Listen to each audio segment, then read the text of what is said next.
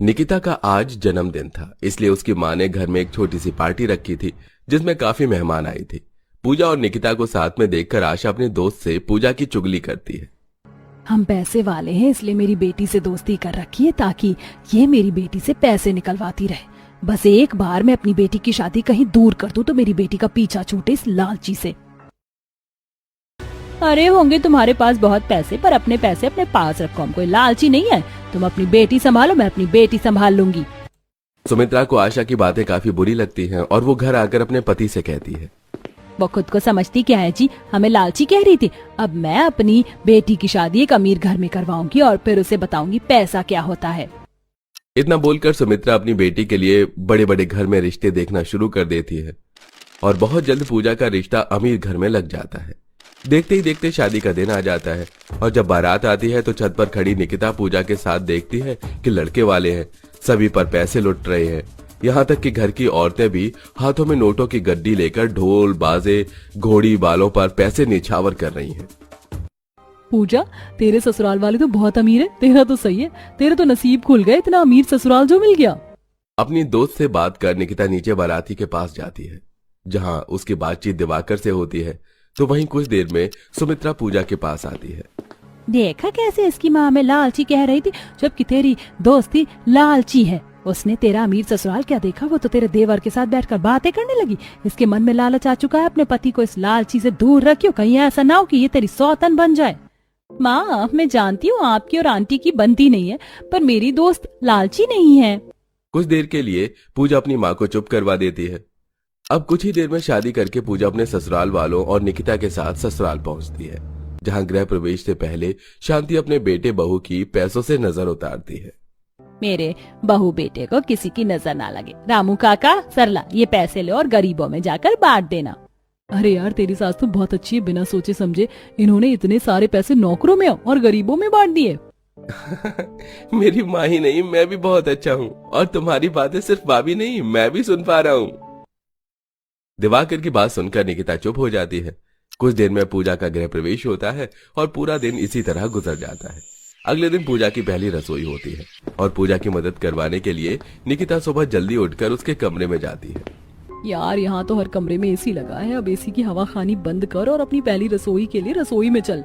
तू मेरी सबसे अच्छी दोस्त है, मेरा कोई भाई नहीं है, इसलिए तू मेरे ससुराल आ गई। कहाँ मिलती है इतनी अच्छी दोस्त।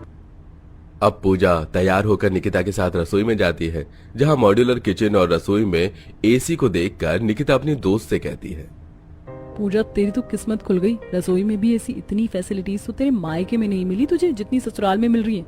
बस अब ऐसे ही किसी अच्छे बड़े घर में भी मेरी भी शादी हो जाए। मैं तो कहती हूँ तेरे ही घर के पास में हो जाए ताकि तुझे मिलने के लिए मुझे यहाँ बार बार ना आना पड़े। फिक्र मत कर, तेरी शादी भी एसी से भरे ससुराल में होगी। दोनों दोस्त खाना बनाते हुए बात कर ही रही होती हैं कि तभी सुमित्रा का फोन आता है और सुमित्रा निकिता की आवाज सुनती है। वैसे मैंने पहली बार देखा है रसोई में भी एसी, बढ़िया है। तुझे खाना बनाते हुए कोई परेशानी नहीं होगी।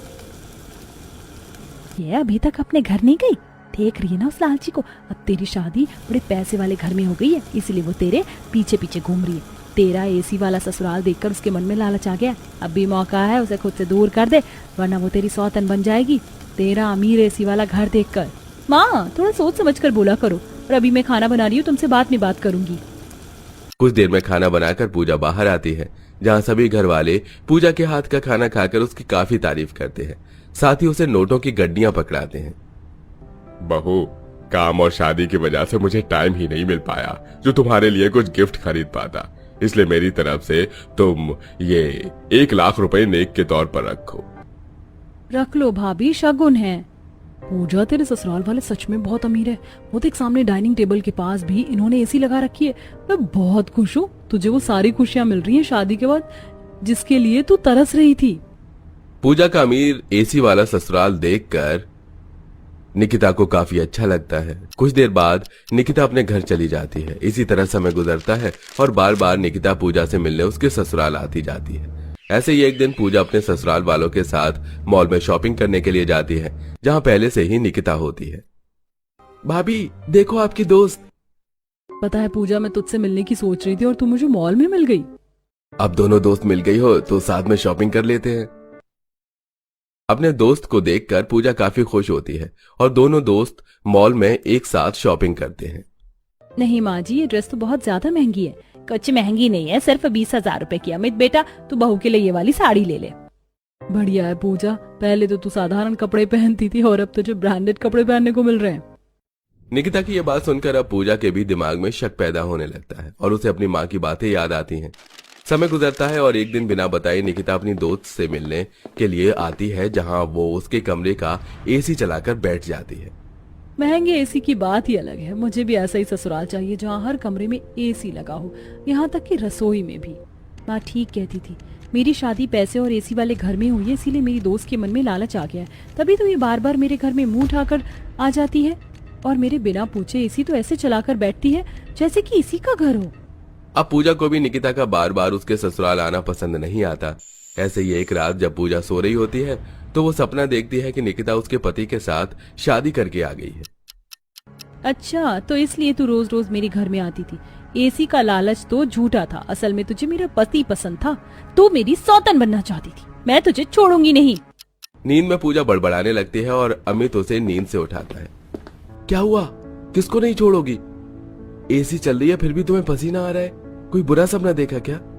हाँ, वो मैंने बहुत बुरा सपना देखा, पर अब मैं ठीक हूँ, थैंक गॉड। ये सिर्फ सपना था। इतना बोलकर एक बार फिर पूजा सोने की कोशिश करती है। उस दिन के बाद पूजा निकिता से खफा खफा रहने लगती है। ऐसे ही एक दिन जब निकिता पूजा से मिलने आती है। मेरे कमरे की एसी खराब हो गई है, गर्मी में क्या तू यहाँ रुकेगी?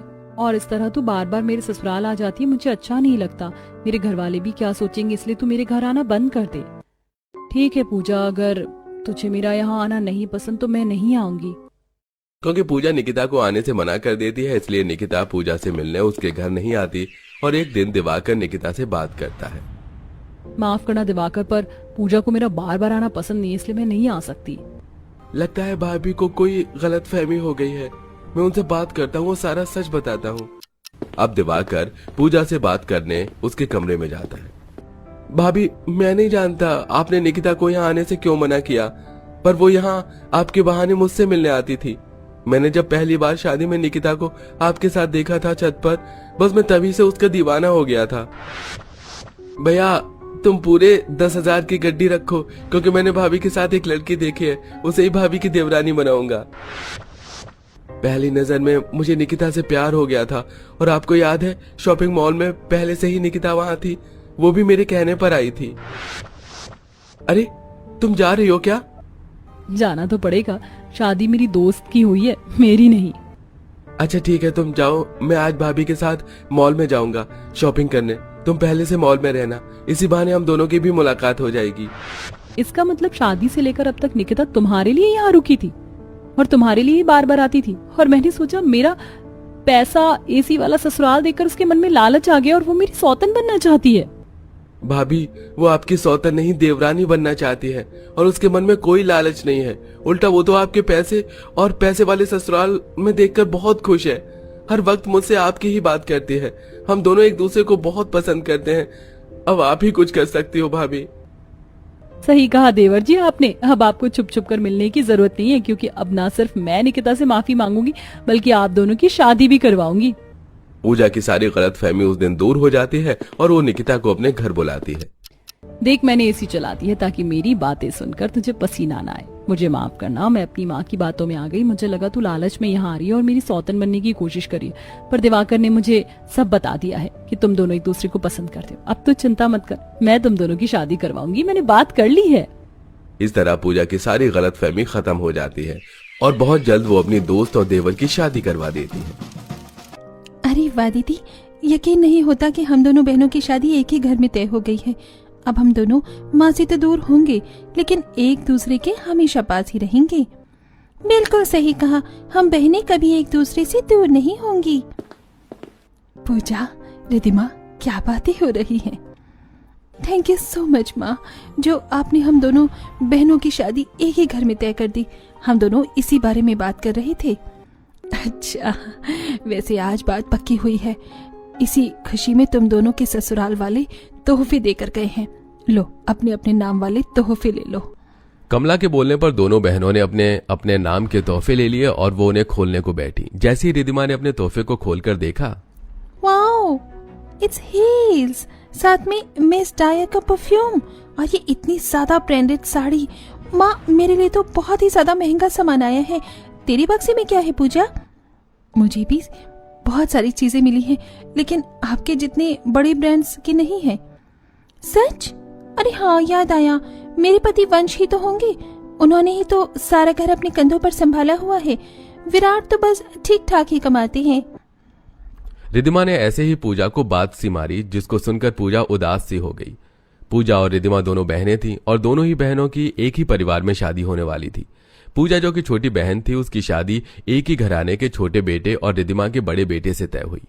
देखते ही देखते ऐसे ही समय गुजर गया और वो वक्त भी आ गया जब दोनों बहनों की शादी हो गई। रिद्धिमा अमीर पति मिलने से घमंडी हो चुकी थी, तो वहीं दूसरी तरफ पूजा आज भी पहले ही जैसी थी। अब दोनों बहनों की शादी हुए 1 हफ्ता बीत चुका था और आज दोनों बहनें साथ साथ खाना बना रही थी। दीदी, आज बस आलू की सब्जी बना लेते हैं, आज पनीर नहीं बनाते।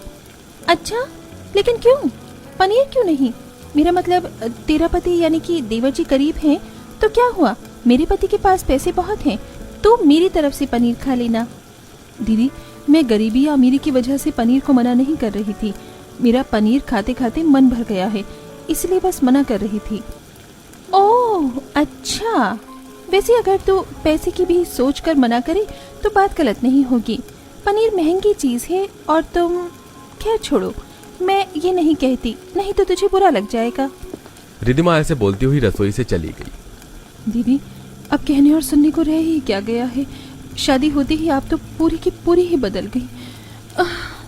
सही कहते हैं लोग कि ये अमीरी और पैसा खून के रिश्तों के बीच में भी दरार बना देते हैं।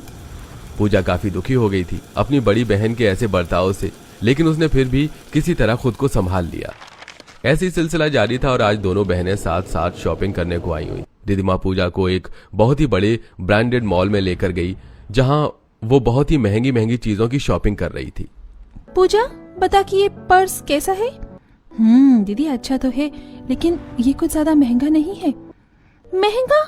हाँ, तेरे हिसाब से तो ये महंगा ही है, लेकिन मेरे लिए नहीं, सिर्फ 50,000 का ही तो है, और 50,000 बड़े ब्रांड्स के लिए कुछ भी नहीं होते हैं। रिद्धिमा ऐसे ही पूजा को पैसे की धौंस दिखाते हुए महंगे महंगे पर्स, जूते, ड्रेसेस वगैरह लेने लगी। उसने अपनी नंद और सास के लिए भी ऐसे ही ब्रांडेड सामान खरीदा और कुछ देर तक शॉपिंग करके वो दोनों मॉल से निकल आईं। रिद्धिमा दीदी, अब आप मेरे साथ भी लोकल मार्केट चलो ना, मुझे भी शॉपिंग करनी है। नो वे, मैं यहाँ की लोकल मार्केट जाऊँ? ऐसा नहीं हो सकता है।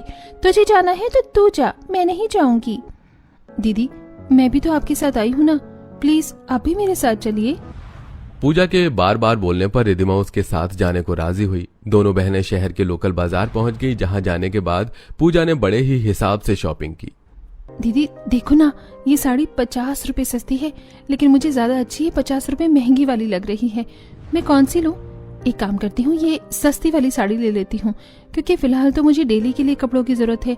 अब कहीं जाने का होगा तब इस साड़ी को आकर खरीद लूंगी। पूजा ऐसे ही हिसाब से काम कर रही थी। कुछ देर को शॉपिंग करने के बाद पूजा भी बाजार से आ गई, जिसके बाद दोनों बहनों ने घर आकर अपना अपना सामान निकाला। ये लो ज्योति, ये ब्रांडेड जीन्स खास में तुम्हारे लिए लाई हूँ, ये ज़ारा की है। अरे वाह, बहुत बहुत शुक्रिया भाभी, ज़ारा का क्लोथिंग स्टाइल तो मुझे बहुत ही ज्यादा पसंद है। Thank you so much. और बहू, तू मेरे लिए भी इतनी अच्छी साड़ी लाई है ना कि बस देखते ही दिल खुश हो गया। रेखा और ज्योति को रिद्धिमा का दिया हुआ तोहफा तो बहुत ही ज्यादा पसंद आया। ऐसे ही पूजा ने भी उन दोनों को अपना लोकल मार्केट से लाया हुआ सामान दिया। ये लो ज्योति, ये ड्रेस ब्रांडेड तो नहीं है, लेकिन ये ड्रेस मुझे तुम्हारे ऊपर सोचकर बहुत अच्छा लग रहा था, सो मैं ले आई। शुक्रिया। और मेरे लिए बस तू ये चाय का कप लेकर आई है। हाँ माँ जी, आपका चाय का कप टूट गया था ना, तो मुझे ये वाला आपके लिए अच्छा लगा। बेचारी पूजा के लाए हुए सामान को किसी ने भी ज्यादा खुशी से एक्सेप्ट नहीं किया। ऐसे ही सिलसिला जारी था। दोनों बहनों के नेचर में अब जमीन आसमान का अंतर हो चुका था। एक तरफ पूजा थी जो बहुत ही सोच समझकर अपने पति के पैसों को उठाती थी। मुझे घर के लिए थोड़ा सा सामान मंगवाना है, इस वेबसाइट पर तो बहुत महंगा है, किसी दूसरी पर देखती हूँ। अरे हाँ, इस पर ये 50% ऑफ में मिल रहा है, यहीं से ऑर्डर करूंगी। एक तरफ पूजा इस तरह से पैसे बचाती थी तो वहीं दूसरी तरफ रिधिमा। अरे वाह, लगता है वंशी को कोई बोनस मिला है।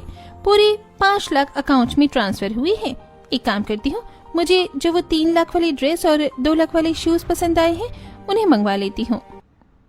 रिधिमा ऐसे ही लाखों रुपए बिना सोचे समझे उड़ा देती थी। एक तरफ जहां पूजा का पति बस छोटी सी जॉब के बाद भी उससे पैसों को लेकर कोई शिकायत नहीं करता था, वहीं रिधिमा का पति अकेले में उसको डांटता था। रिधिमा, पैसे कमाने में बहुत मेहनत लगती है, तुम्हें मेरी कमाई को बचाना चाहिए ना कि इस तरह से उड़ा देना चाहिए। जाइए, आप कमाते किसके लिए हो? मेरे लिए ना। तो फिर मुझे वो करने दो जो भी मुझे करना है। रिधिमा कभी भी वंश की बात को नहीं समझती थी। ऐसे ही सिलसिला जारी था और आज अचानक से ही रिधिमा के बैंक अकाउंट, जो कि वंश का भी अकाउंट था, उसमें 10 लाख रुपए आए। अरे वाह, 10 लाख रुपए! आज तो बड़ी लॉटरी लग गई है शायद। चलो जल्दी से इस पैसों को कहीं लगा देती हूँ। रिधिमा ने ऐसे बोलकर उन पैसों से शॉपिंग कर ली तो वहीं दूसरी तरफ। वंश, मैंने तुम्हें जो पैसे भेजे थे, अब तुम उन पैसों को जल्दी से उन सिंगापुर वाली क्लाइंट्स को सेंड कर दो। जी बॉस। पैसे कहां गए? क्या हुआ, मुंह पर 12 क्यों बज गए तुम्हारी? बॉस, इसमें पैसे नहीं है। बहुत अच्छे, मतलब अकाउंट में आते ही उड़ा दिए। यही है तुम्हारे घर के तौर तरीके? मैं कुछ नहीं जानता, जल्दी से मेरे पैसे वापस करो। बॉस, बस मुझे थोड़ा सा वक्त दो, मैं अभी आया। वंश पूरा पसीने पसीने हो गया। उसे समझ नहीं आ रहा था कि वो क्या करे। घबराते हुए वो अपने घर आया और घर आते ही उसने सारा घर सिर पर उठा लिया। तुम इतनी फिजूल खर्ची किस लिए करती हो? रिधिमा, जो पैसे तुमने अपनी शॉपिंग में लगाए वो मेरे नहीं, मेरे बॉस के थे। अब बताओ मैं क्या करूं? क्या जवाब दूं अपने बॉस को? माफ कर दीजिए। क्या माफ कर दीजिए? तो इतनी ज्यादा फिजूल खर्ची पर उतर आई है, मुझे तो ये पता ही नहीं था। अब बता कि मेरा बेटा क्या करे। माँ, अगर कुछ नहीं किया तो पता भी है क्या होगा? हमारा ये घर पूरा जब्त हो जाएगा, हम सड़क पर आ जाएंगे। मेरी समझदार पत्नी के पास तो कोई जमा भी नहीं है, मैं क्या करूंगा? माँ, हम लोग सड़क पर आ जाएंगे, हमारे पास खाने को नहीं होगा और हमारी अच्छी खासी जिंदगी नरक बन जाएगी। ऐसा कुछ भी नहीं होगा। ये लीजिए जेठ जी, पैसे पूरे 10 लाख ही हैं। आपको ऐसे ओवर थिंकिंग करने की जरूरत नहीं है। मेरे पास अपने घर वालों के लिए हिसाब है। पूजा, तुम्हारे पास ये पैसे कहाँ से आए? मैं विराट जी की कमाई का आधा हिस्सा बचा कर रखती हूँ, बस इसीलिए जरूरत के वक्त मेरे पास पैसे निकल आए। आप ले लीजिए, घर की इज्जत बची रहेगी। बाद में आप थोड़े थोड़े करके विराट जी को इन्हें चुका देना। पूजा से वंश ने पैसे ले लिए। तुम्हारा बहुत बहुत शुक्रिया पूजा, बहुत बहुत शुक्रिया। देखो रिधिमा, कुछ सीखो अपनी बहन से। इस तरह से चलने वाली औरतें ही समझदार होती हैं। ये नहीं कि जो हाथ में आया उसे आते ही खत्म कर दो। भविष्य के लिए पैसा बचाना पड़ता है, क्योंकि हालात कभी एक जैसे नहीं रहते और बुरा वक्त भी पूछ कर नहीं आता।